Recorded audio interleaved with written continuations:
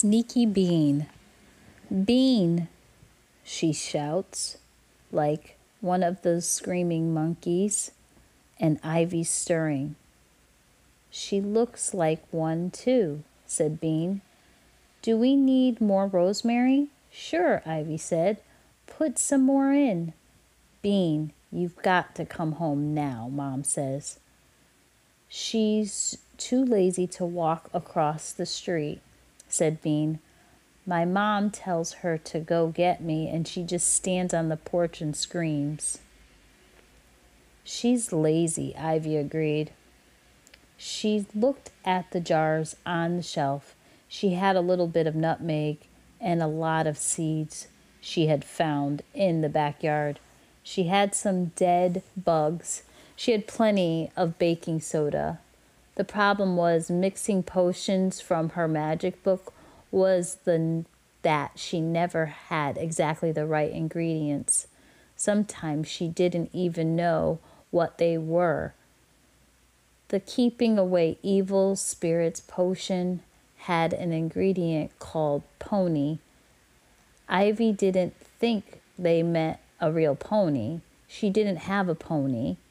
Anyway, I think we should put it in some of a baking soda, she said. Bean, you had better not make me come get you. Bean opened Ivy's window and leaned out. Nancy was standing on the porch, her face red from screaming. I'll be there in a minute, Bean said in her regular voice. What? Screeched Nancy. I'll be there in a minute, Bean called a little louder. There's one more thing we need, said Ivy, looking at the book again. She giggled. I can't hear you, but you better get over here now or you'll be sorry. I'm already sorry about how stupid you look in those shorts, Bean bellowed.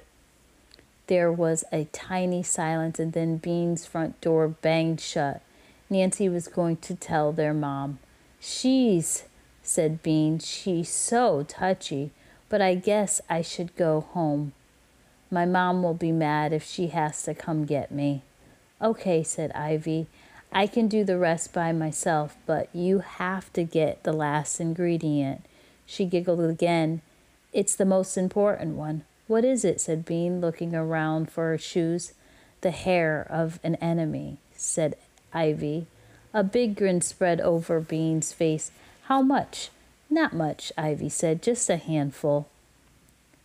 They looked at each other and began to laugh. When Bean woke up, it was dark. She sat up and peered out the window. Wow, she thought, I did it. Outside, a street light shone down on a car and the empty sidewalk. Everyone was asleep.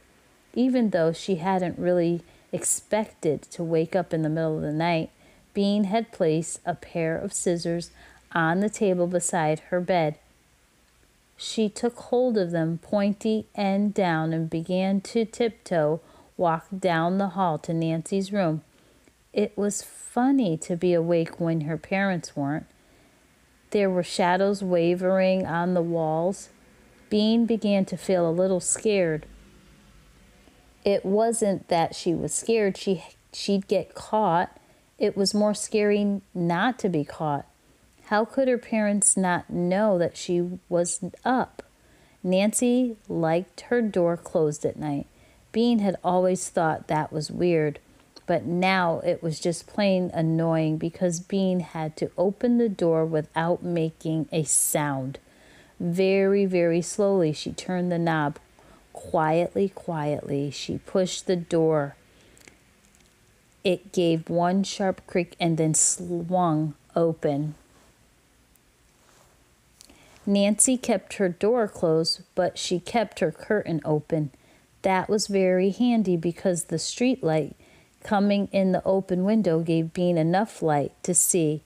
Nancy was rolling in a ball under her blanket, and her long brown hair was spilled out over her pillow. Every once in a while, she gave a long, sniffy breath. Bean almost laughed. This is going to be easy peasy. But it wasn't as easy as she thought. Bean stood over Nancy's bed for a long time. She could have cut almost all of Nancy's hair off. It was lying right there, but Bean knew that she wasn't going to do that. That would be meaner than anything she's ever done, and besides, she'd get caught. No, what Bean had to decide was whether she wanted Nancy to know her hair had been cut. If Bean took one piece and cut it way near Nancy's head, it would be a couple of weeks before she noticed. But then it would bug her for a long time. On the other hand, if Bean just trimmed off a little the way across the bottom, Nancy probably wouldn't notice at all. Bean sighed softly. She should just trim it. This was what Miss Aruba Tate called making a mature decision. Mature decisions were not as much fun as immature decisions, but sometimes you had to make them. Bean leaned over the pillow and began to snip very quietly.